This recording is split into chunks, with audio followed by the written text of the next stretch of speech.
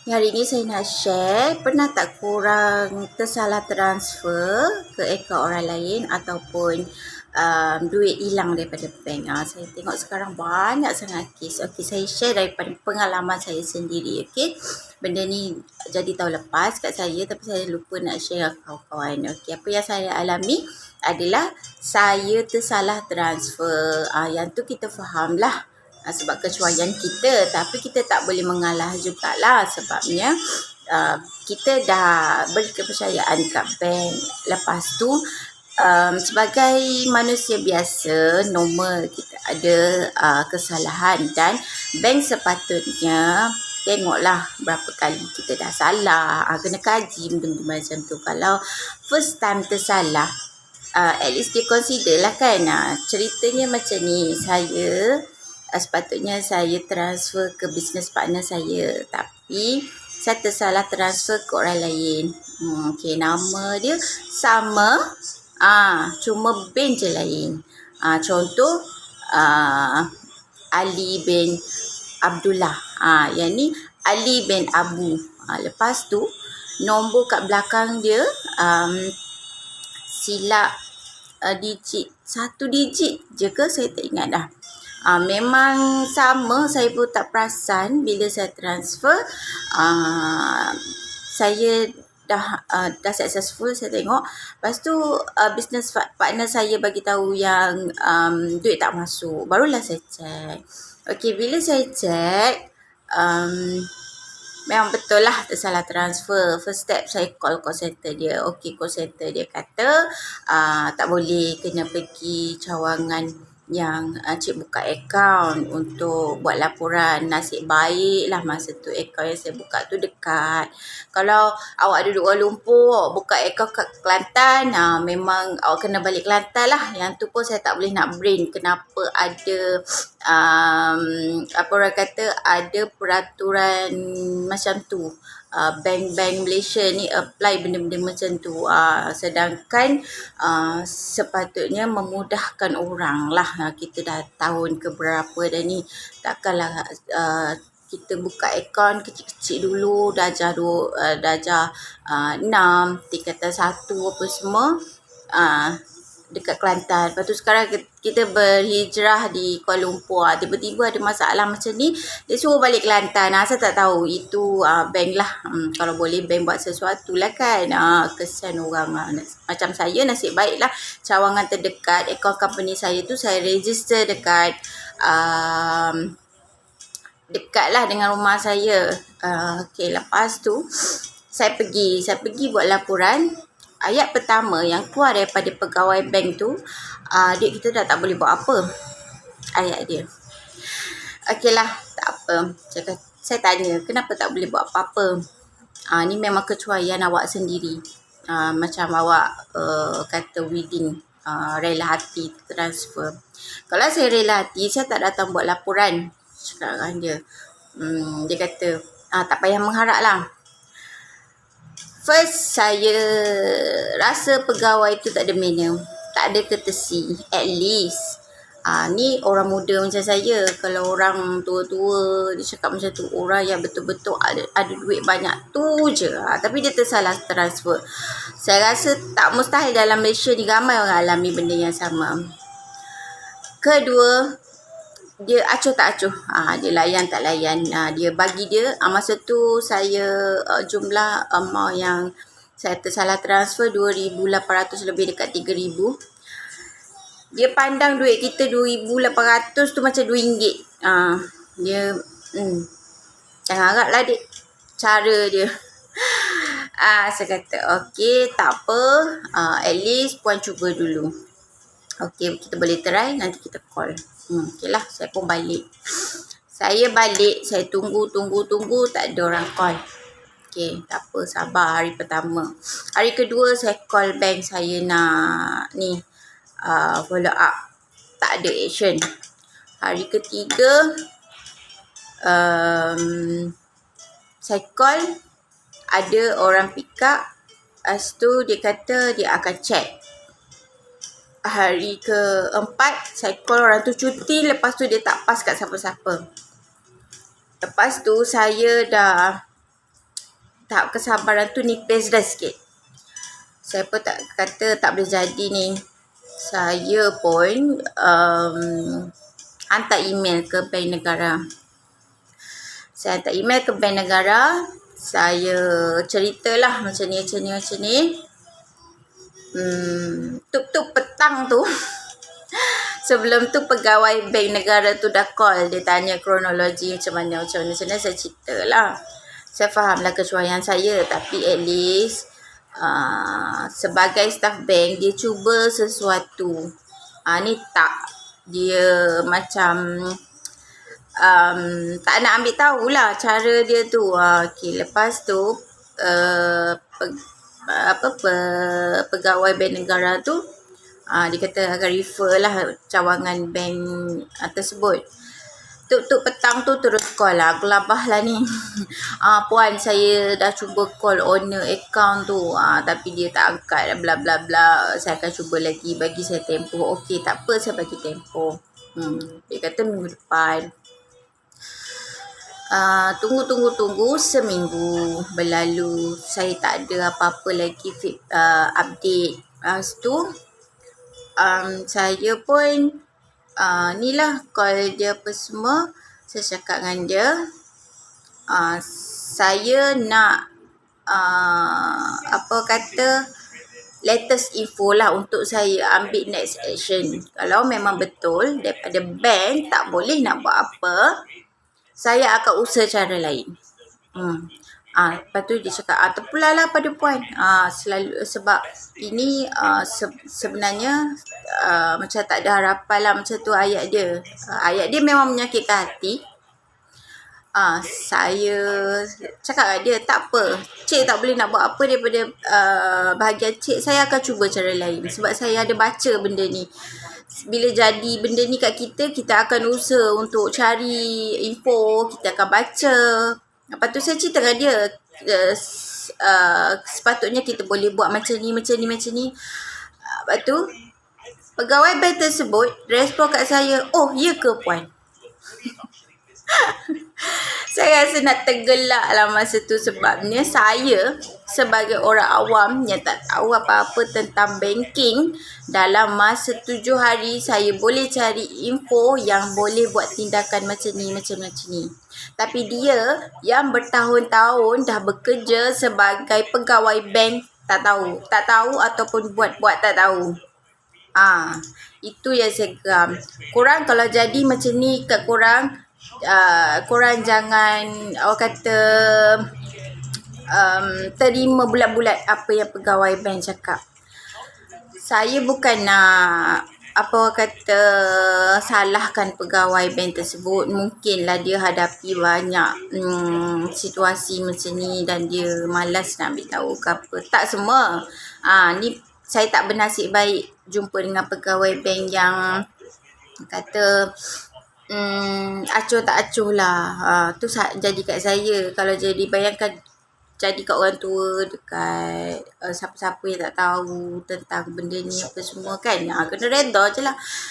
Lepas tu dari segi memanglah ramai yang nasihat. Masa jadi tu saya update, ramai yang nasihat, reda, terimalah tak ada rezeki. Yes, boleh reda, boleh terima tak ada rezeki. Tapi selepas berusaha, itu saya akan usaha sehabis-habisnya, baru saya boleh reda, saya boleh doa, saya boleh tawakal. Ni tak ada berserahlah. Tapi kau duduk melepak macam tu, tak, jangan. Kalau sayang duit tu teruskan. Okey. Saya buat. Lepas tu saya pergi ke selepas 7 hari berlalu, saya ambil next action lah. Sepanjang tempoh tu, saya tunggu respon daripada pegawai tersebut. Lepas tu dia janji date, dia nak call tu dia tak call. Saya call, tiba-tiba kawan dia kata dia cuti. Lagilah saya membaranya. Janji nak ni tapi cuti. Lepas tu lagi saya, tak apa, kita faham nak pergi cuti. Saya tanya staff tu, kawan dia tu, ada tak dia pass apa-apa untuk info, sebab dia promise dengan saya dia akan update saya hari ni. Tak ada pula. Staff tu kata, okay, tak apalah kalau macam tu. Lepas tu saya pun macam tunggu esok ke macam tu, saya tak ingat sangat dah. Dia kata dia dah cuba call orang tersebut dan dia bagi tahu saya duit tu memang ada. Orang tu tak pakai lagi. Segala benda dia boleh tengok lah sebab dia pegawai bank. Tapi orang tu tak akak call. Kata okey, kalau tak akak call, boleh tak bank hantar mesej untuk at least remind dia ke untuk return balik duit tu. Oh tak boleh, tu salah dia kata. Saya tak faham dari sisi mana salah. Sebab orang bank dah boleh check transaksi tu. Saya memang purpose kita salah. Lepas tu orang tersebut pun dah terima duit. Dia pun bagi tahu duit tu dah memang ada. Dia kata tak boleh hantar mesej. Bukan kita nak suruh hantar mesej ugutan. Kita just bagi tahu sebab selalunya call orang takkan percaya. Orang tak boleh nak verify orang tu daripada betul ke, daripada bank ke, dari mana. At least you WhatsApp daripada apa orang kata official message daripada bank kan, dia ada kan kod dia Maybank ke CIMB ke RHB ke, kod dia yang dia selalu hantar mesej kat kita tu kan, kan ada at least. Tapi dia kata tak boleh. Okey, tak apalah, tak boleh. Lepas tu ni saya dah buat report polis apa semua polis pun cakap dia tak boleh buat apa. Kalau bank tak bagi authority apa benda entah. Saya pun cakap dengan dia, boleh tak saya nak dapatkan info orang tersebut untuk saya orang kata berbincang macam mana. Tak boleh. Dia kata tu salah. Okey, ada tak cara untuk jadi tak salah yang saya boleh tolong ajar saya sebab saya tak tahu. Tak ada, dia jawab. Orang tersebut cakap tak ada. Okey, tak apa, tak ada. Sedangkan masa tu saya dah baca cara macam mana kita nak ambil action untuk orang yang tak memberi semula hak kita, duit kita lah kalau kita tersalahkan. Okey, sebab duit tu masih ada. Kalau duit tu dia dah pakai pun kita masih boleh ambil action sebenarnya. Nanti saya cerita. Lepas tu saya pun usaha sendirilah. Saya cari. Sekarang senang nak cari orang. Awak tak payah lari lah. Awak tak payah nak orang kata diam-diam. Tak boleh. Sekarang walaupun saya orang biasa, saya tak tahu apa-apa, tapi sekarang dengan bantuan dari sosial media, daripada ni kita boleh cari orang. Awak kena usaha. Saya cari. Sebab saya berapa puluh kali saya tanya bank, memang dia orang takkan bagi detail customer dia orang memang takkan bagi. Kita fahamlah kerja dia, tapi kita sendiri kena usaha. Saya pergi cawangan tu tak boleh, saya pergi cawangan ni tak boleh, saya tanya tu tak boleh. Saya cari sendiri. Masa tu sebab saya nak pergi ke next legal action, saya nak pergi mahkamah untuk buat laporan sebab bank kata dia tak boleh nak buat apa. Polis pun kata dia tak boleh nak buat apa. Lepas tu ni info yang saya dapat lah. Kita boleh file report kalau amount bawah daripada RM5,000, kita boleh file report free lah, tak payah peguam apa semua. Kita perlukan detail tersebut, detail nama orang, nombor akaun kalau boleh. Bila saya sampai mahkamah, dia perlukan benda tu lah untuk saya launchkan report. Alamat dia, kalau lagi banyak detail lagi bagus untuk kita launch report. Okey, lepas tu lepas saya balik mahkamah, sebab dia nak detail tersebut, saya singgah dekat salah satu cawangan bank. Saya tanya dia macam mana. Dia tak tahu, dia kata 2-3 orang pegawai bank ni saya tak tahu dia baru kerja ke ataupun dia memang tak tahu atau apa-apa. Dan yang lagi kelakar, dia cakap dengan saya tanya dia, benda ni tak pernah jadi kat orang lain Lepas tu dia kata, tak, puan first time. Aduh, ya, sebab seramai-ramai orang dekat Malaysia ni, 6 juta orang, saya orang pertama yang tersalah transfer. Wow. Oh, okey, saya orang pertama. Tak apalah, boleh belajar lah lepas ni. Kalau jadi lagi kat orang lain kan. Saya cakap macam tu lah. Peli-peli sikit. Biar dia faham. Dia pun buat muka, ni lah. Buat muka bodoh je. Lepas tu, kata tak apa, saya akan cubalah buat cara saya. Saya cerita dengan dia, saya baca, saya boleh buat macam ni. Puan try lah, dia kata. Kalau boleh, nasib baik. Sebab sebelum ni memang tak boleh. Duit ni pun kemungkinan puan takkan dapat dah. Dia cakap dengan saya macam tu. Okey, tak apa. Saya balik. Saya pergi ke, saya dalam tempoh tu, saya carilah. Saya cari. Saya memang buat research saya sendiri. Saya cari orang tersebut. Tutup saya dapat detail dia. Ini adalah kemuncak. Saya tahu dia kerja kat mana. Saya tahu siapa dia. Saya tahu alamat dia. So, cukup untuk saya hantar report ke mahkamah. Tapi saya decide untuk ni dulu. Okay, so saya tahu daerah dia duduk. Saya pergi dekat Facebook group penduduk. Saya bagi tahu, saya hint, saya tak direct lah cakap orang ni. Sedangkan saya dah tahu orang tersebut. Okay, kepada ni, kalau sesiapa kenal orang tersebut, saya tersalah transfer, saya ceritalah gini. Tolong hubungi saya segera sebelum saya ambil tindakan mahkamah. Dan mungkin benda ni akan berterusan kalau dah masuk kes mahkamah dan akan efek segalanya. Kerja ni apa semua. Tak sampai setengah jam, tak silap. Dia call. Saya dah tahu dia sebenarnya, tapi saya buat tak tahu. Okay. Ni dia tanyalah. Oh, ni cik okay. Oh, betul lah. Puan tersalah transfer ke akaun saya. Betul. Saya rasa bank pun dah call banyak kali cik, tapi cik ngelak. Saya cakap macam tu.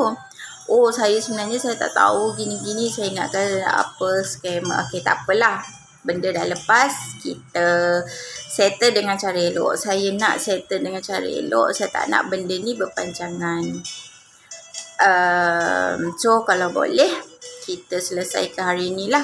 Lepas tu, dia kata, okay, saya akan transfer balik duit puan. Tapi dengan syarat, puan delete segala posting dekat Facebook. Boleh? Saya kata, saya update benda tu untuk selesaikan cara elok lah. Sebab saya dah habis cara dah nak cari cik.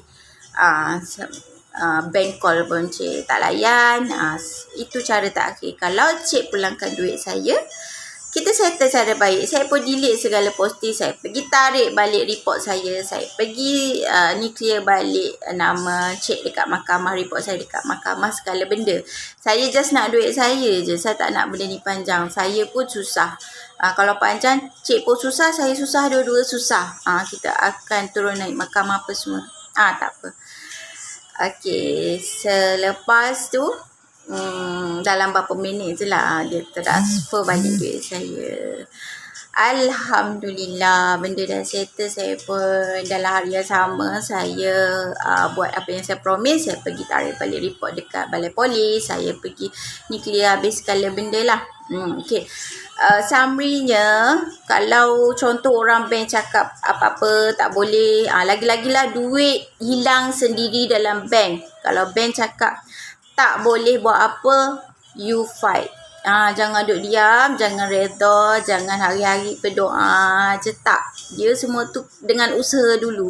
Kena usaha dulu, kena buat sesuatu, kena cari ilmu, kena ikhtiar kata. Satu lagi untuk pegawai-pegawai bank, please responsible sikit lah. At least you ada courtesy untuk tolong orang, respon you, untuk belajar sikit komunikasi interpersonal, cara macam mana nak bercakap dengan apa kata pelanggan korang. At least ambil lah hati, jangan menyakitkan hati orang lagi. Orang tu dah dalam kesedihan, duit hilang. Bayangkan kalau tu je duit dia untuk dia makan, untuk dia buat segala benda, awak cakap macam tu tanpa berusaha, baru je serah borang, oh tak boleh ni, jangan berharap lah benda ni. No, please. Untuk semua pegawai bank lah. Bukan yang tu seorang. Saya tak kata semua. Lepas tu, kita pun sendiri kena usaha. Kena cari segala jalan untuk buat benda ni. Jangan usaha yang geng-geng alim tu apa semua. Yang kerja dia WhatsApp kita, oh terimalah, tak ada rezeki, redha. Yes, saya faham benda-benda tu, saya tahu. Tapi redha kita, tawakal kita, berserah, tak ada rezeki, apa kata, kita sebelum semua benda tu kita kena usaha dulu. Barulah kita boleh berdoa, kita boleh tawakal. Bukan kata redha semata-mata duduk je tak buat apa. Jangan salah guna, salah pakai perkataan redha, tawakal tu tak ada rezeki. Kita kena usaha. Macam saya usaha, saya ikhtiar, saya buat apa yang saya tahu. Ramai yang cakap takkan dapat. Tapi Alhamdulillah dengan usaha saya dapat balik duit saya 2,800 tu. Jadi kita kena jangan putus asa. Kita kena cari ilmu sebanyak boleh. Lepas tu kepada bank pun orang kata bantulah sikit. Kita menyimpan duit kat situ. Lepas tu tiba-tiba jadi masalah macam ni, tak nak ambil tahu. Padahal sedangkan duit yang kita simpan tu adalah bisnes untuk mereka. Dia melabur kat sini apa semua. Tapi bila jadi macam ni, tak nak ambil tahu. Tu salah you cuai. Mungkin you ada hutang dengan orang tu, tapi dia cakap saya tapi bila jadi macam ni tak nak mengaku. Padahal kita dah buat report polis. Takkanlah kalau kita sahaja nak transfer dekat orang tu, kita pergi berani buat report polis kan. Kita tak adalah saja-saja. Tak boleh juga. Dia kata banyak dah kes macam ni. Jadi pinjam dengan long lah dengan orang tu, lepas tu transfer bayar, lepas tu cakap salah transfer. At least awak ada cara untuk investigate orang tu, betul ke orang ni macam ni. Tak boleh nak pukul sama rata. Kalau orang ni pernah pinjam dengan long, dia bayar macam tu, lepas tu tiba-tiba dia nak kata kita pun sama. Tak boleh.